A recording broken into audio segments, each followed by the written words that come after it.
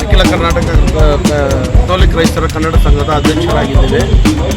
Sir, ನಮ್ಮ ಹೋರಾಟ ಬಂದು ಇಡೀ ಕರ್ನಾಟಕದಾದ್ಯಂತ ಕ್ರೈಸ್ತರ ಹೋರಾಟವಾಗಿದೆ. ಇದು ಕ್ರೈಸ್ತರು ಹೋರಾಟ ಮಾಡಬಾರ್ದು ಅಂತ ದುಸ್ಥಿತಿ ನಮಗೆ ಬಂದಿದೆ.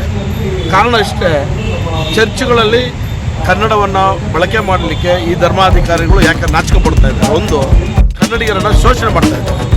ಎರಡನೇದಾಗಿ ಇಲ್ಲಿ ಒಂದು ಪ್ರಾದೇಶಿಕ ಗುರುಮಠವನ್ನು ಈವರೆಗೂ ಸ್ಥಾಪನೆ ಮಾಡಿಲ್ಲ. ನೂರಾರು ವರ್ಷಗಳಾದ್ರೂ ಈವರೆಗೂ ಒಂದು ಪ್ರಾದೇಶಿಕ ಗುರುಮಠವನ್ನು ಮಾಡಲಿಲ್ಲ. ಇದನ್ನು ಮಾನ್ಯ ನಮ್ಮ ಮೈಸೂರು ಮಹಾರಾಜರು ಕೊಡುಗೆಯಾಗಿ ದಾನವಾಗಿ ಕೊಟ್ಟಂಥ, ಅನುದಾನವಾಗಿ ಕೊಟ್ಟಂಥ ಆ ಜಾಗವನ್ನು 28 ಎಕರೆ ಜಮೀನಲ್ಲಿ ಈವರೆಗೂ ಕನ್ನಡ ಸಮುದಾಯಕ್ಕೆ, ಕ್ರೈಸ್ತರ ಸಮುದಾಯಕ್ಕೆ 5 ಮಂದಿ ಕೊಂಕಣಿ ಧರ್ಮಾದರ್ಶಿಗಳಿದ್ದಾರೆ, 3 ಮಂದಿ ಮಲಯಾಳಿಗಳಿದ್ದಾರೆ, ಒಬ್ಬರು ಕನ್ನಡಿಗರಿದ್ದರು. ಅವರು ಈಗಾಗಲೇ ನಿವೃತ್ತಿಯನ್ನು ಆಗಿದ್ದಾರೆ.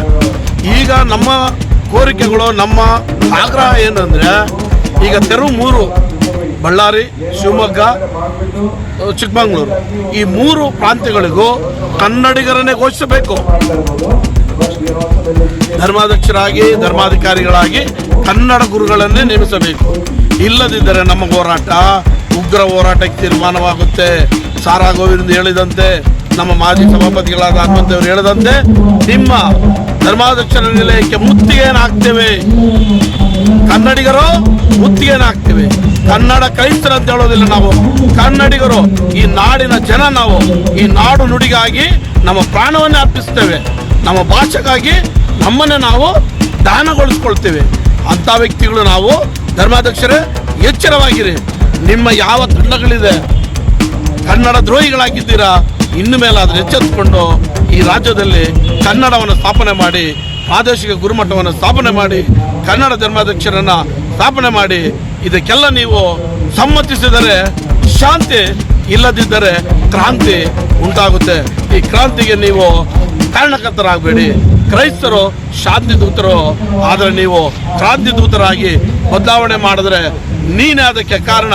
ಧರ್ಮಾಧಿಕಾರಿ, ಹಿಂದೆ ನೀನು ಮಾಡಿದ್ರೆ ಮಾಡು, ಇಲ್ಲಾಂದ್ರೆ ಇಲ್ಲಿಂದ ತೊಲಗು. ಬ್ರಿಟಿಷರು ತೊಲಗಿದಾಗೆ ನೀನು ತೊಲಗು. ಆ ಪ್ರಾದೇಶಿಕ ಸೆಮಿನರಿ ಏನಿದೆ ನಮ್ಮ ಮಲ್ಲೇಶ್ವರದಲ್ಲಿರುವ ಆ ಗುರುಮಠದಲ್ಲಿರುವಂಥ ತಮಿಳರ ಆಡಳಿತವನ್ನು ಈ ಕೂಡಲೇ ರದ್ದುಗೊಳಿಸಬೇಕು. ತಮಿಳರನ್ನ ತೊಲಗಿಸಬೇಕು. ನಾನೆಲ್ಲ ಕನ್ನಡಿಗರ ಹೋರಾಟಗಾರರನ್ನು ಕೇಳ್ಕೊಳ್ತೇನೆ, ನಾಯಕರುಗಳನ್ನ ನಮ್ಮ ಹೋರಾಟಕ್ಕೆ ಬೆಂಬಲ ಕೊಡಿ. 3 ಬೇಡಿಕೆಗಳು ಏನಿದೆ, ಪ್ರಾದೇಶಿಕ ಗುರುಮಠ ಸ್ಥಾಪನೆ, ಮತ್ತು ಕನ್ನಡ ಧರ್ಮಗುರುಗಳನ್ನೇ ಧರ್ಮಾಧ್ಯಕ್ಷನಾಗಿ ನೇಮಿಸಬೇಕೆಂದು, ಮತ್ತು ವ್ಯಾಟಿಕನ್ 2ರ ಆದೇಶದ ಅನ್ವಯ ಎಲ್ಲ ಕಡೆ ಹಾಕಬೇಕಂತೇಳಿ ನಾವು ಕೇಳ್ತಾ ಇದ್ದೀವಿ. ಯಾಕಂದರೆ ನಮ್ಮ ನೆರೆ ರಾಜ್ಯಗಳಲ್ಲಿ ಈ ವ್ಯಾಟಿಕನ್ ಆದೇಶನ ಪರಿಪಾಲನೆ ಮಾಡಿದ್ದಾರೆ. ಇವರಿಗೆ ಮಾತ್ರ ತೊಂದರೆ ಆಗ್ತಾಯಿದೆ. ಯಾಕೆ ನಾವು ಅದೇ ಬೇಡಿಕೆ ನಿಮಗೆ ಇಟ್ಟಿದ್ದೇವೆ. ಇಷ್ಟು ವರ್ಷಗಳು ಕಳೆದಿತ್ತು, ಆಯಿತು, ಇವಾಗ ಮುಗ್ದಾಯಿತು. ಇನ್ನು ಮುಂದೆ ಆದರೂ ನೀವು ದಯವಿಟ್ಟು ಈ ಆದೇಶವನ್ನು ತಕ್ಷಣವಾಗಿ ಜಾರಿಗೆ ತರಬೇಕಂತ ಕೇಳ್ಬೋದು. ನನ್ನ ಹೆಸರು ಬರ್ತಲೋಮಿಯೋ, ಕಾರ್ಯದರ್ಶಿ, ಅಖಿಲ ಕರ್ನಾಟಕ ಕಥೋಲಿಕ ಕ್ರೈಸ್ತರ ಕನ್ನಡ ಸಂಘ. ಓಕೆ. ಎಲ್ಲಿಯ ತನಕ ಹೋರಾಟ? ಎಲ್ಲಿಯ ತನಕ ಹೋರಾಟ?